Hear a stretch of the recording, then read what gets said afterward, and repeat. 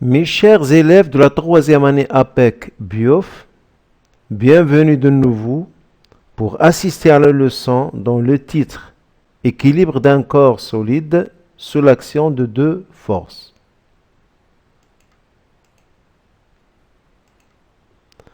Les objectifs d'apprentissage. À la fin de cette leçon, tu dois être capable de connaître l'équilibre d'un corps solide soumis à deux forces, connaître les conditions d'équilibre d'un corps solide soumis à deux forces, savoir appliquer les conditions d'équilibre. Situation de départ. La photo ci-contre montre un joueur qui essaie de garder le ballon en équilibre. Le ballon est en équilibre sous l'action des forces suivantes. La force exercée par la tête du joueur sur le ballon et la force exercée par la terre sur ce ballon.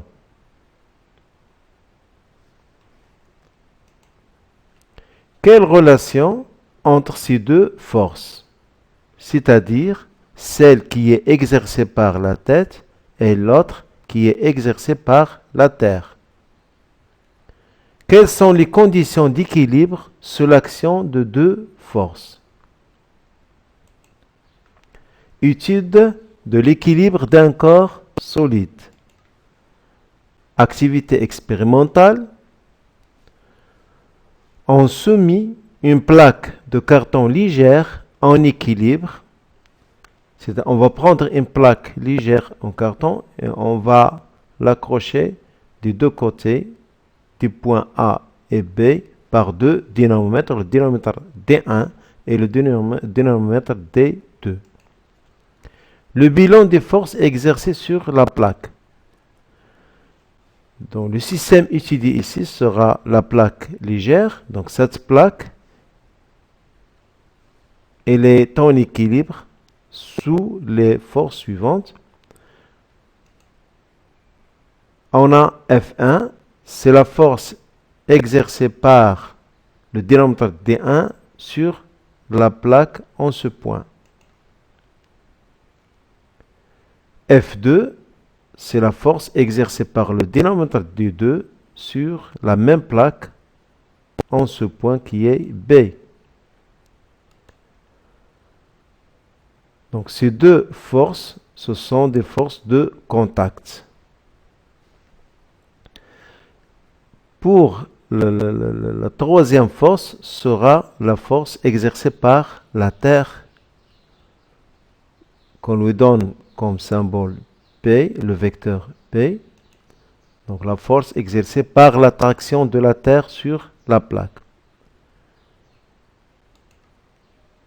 On peut négliger la force exercée par la Terre sur la plaque, puisque les deux fils des deux dénomètres sont linéaires.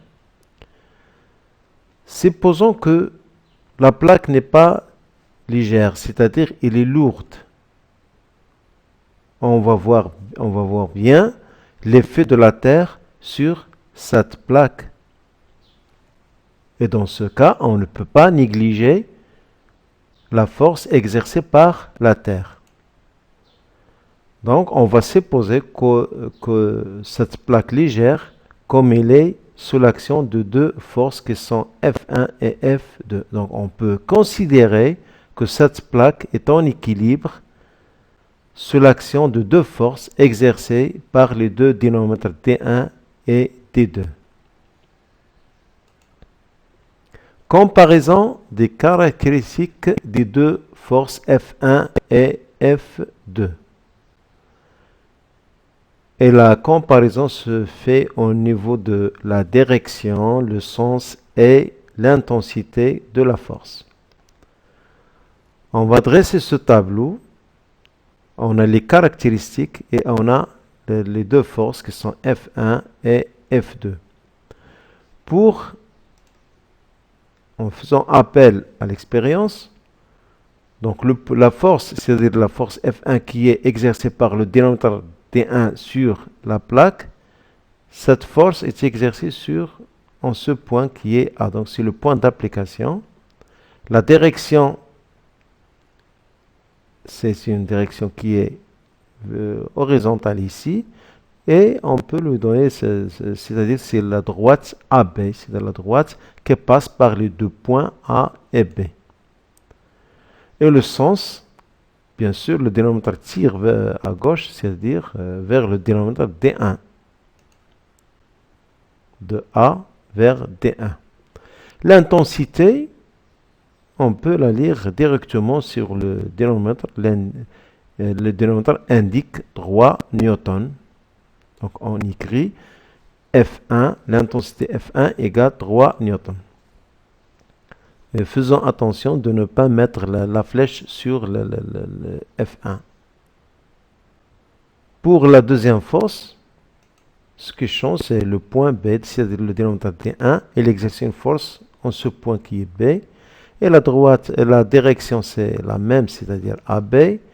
Pour le sens, cette fois-ci, c'est vers le dénominateur de B vers le dénominateur D2. Et pour ce dénominateur, il indique aussi 3 newtons. Donc, on écrit F2 égale 3 newtons. À partir du résultat obtenu, on constate que les deux forces ont la même direction, la même intensité, F1 égale F2 égale 3 newtons, et elles ont deux sens opposés, l'une vers D1 et l'autre vers D2. Représentation des deux forces. On représente les deux forces F1 et F2 sur le schéma précédent en utilisant une échelle convenable. Par exemple, on va prendre 1 cm pour 3 newtons. Voilà le tableau des caractéristiques de force F1 et F2. Et voilà le schéma. Donc, on va essayer de traduire ces caractéristiques par une flèche. C'est-à-dire pour chaque force, on va dessiner, tracer une flèche. Pour la première force qui est F1, donc on va, en faisant départ du point A, sa direction c'est verticale, c'est-à-dire elle est supportée par la droite, par la droite qui est horizontale, pardon. Et le sens, cette flèche, elle est orientée vers le dénominateur D1. Et sa longueur, puisqu'on a 1 cm pour 3 newtons, donc on va prendre 1 cm. Voilà, on va prendre une règle et on va tracer 1 cm ici, donc c'est F1. Et pour l'autre force, sont les mêmes, elles ont la même direction, elles auront la même longueur parce qu'elles ont la même intensité et elles ont deux sens qui sont opposés. Et voilà, on peut directement voir sur le schéma que les deux forces F1 et F2, elles ont la même direction, elles ont deux sens qui sont opposés, elles ont la même intensité puisqu'elles ont la même longueur.